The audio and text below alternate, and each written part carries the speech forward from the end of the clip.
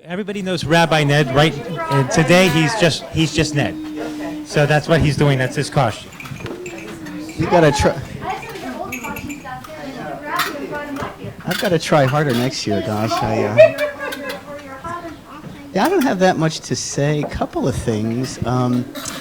Purim, the name Purim, as you know, is Hebrew for luck. It's plural. I-am ending is always plural in Hebrew. So Pur is lot or luck, and Purim is luck or lots. And the interesting thing is the name of that book is really what the story is not about, because it's not luck, it's not happenstance, but it's something called providence. That God is working behind the scenes of the ordinary events of everyday life and bringing about his purposes. So life is not luck. Life is a series of events we call providence, and God is behind the scenes. He's working behind the events to bring about his purposes in the world through our lives and through our corner of the world. The other thing I want to say too is, you could say that roughly speaking, Esther teaches us how to pray. How does she teach us how to pray? It's not really what we say when we pray, it's our position. So Esther teaches us to utilize our position as kings, sons, and daughters, right?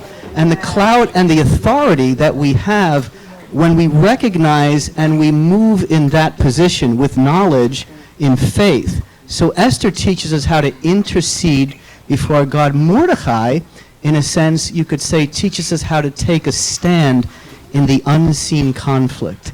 Because the conflict is raging all the time. We can't see it. It's not something we could apprehend by the senses. But by faith, we recognize. So Mordecai teaches us how to take a stand. In Mordecai's life, think about it, a confluence of events had just come crashing in. And Mordecai was tempted to remain in the background, Esther too. But we find that if we remain in the background, ultimately God will bring about his purposes, but you and I will miss the grander purpose for our lives. We will miss it. And God will see his purposes, but you and I will miss our purpose, our play. Well, I always say every believer has a future, but not every believer has a destiny. A destiny comes with acting in faith with God and working in concert with him. The other thing, if you sum up the entire book, I guess you could say that it is God's purpose to bring about salvation in our corner of the world, not through the miracles so much, not through the crossing of Red Sea experiences, but really through the ordinary events of everyday life. So if we want to bring God's salvation, if you and I want to bring God's salvation to our corner of the world, it's not so much the miracles, it's not so much these great crossing of Red Sea experience, as it is you and I just knowing, just realizing our mission, our call in life, and then acting on it. Amen. That's to say, to encapsulate the book. So think about it. Usually when someone is trying to make a forceful argument, they have three points, and each point builds upon each point, and the last point usually is the most powerful, and that's the motivator. So Mordecai approaches Esther, right? And she says, basically, you want to honor, you need to honor the Lord by coming into the place and saving the Jewish people. And then the second point was, if you don't do that, you're going to end up being killed anyway, and your people. And then the final point was, but who knows whether you have, whether God has, the position that you have is for the purpose of saving your people.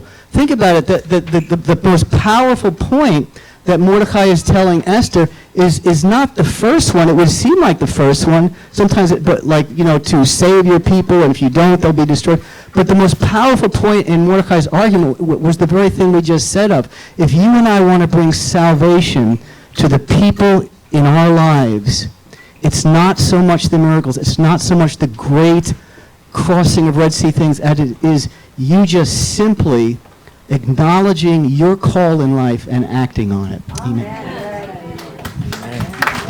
Thank you, Rabbi Ned. We'll have the worship team come up.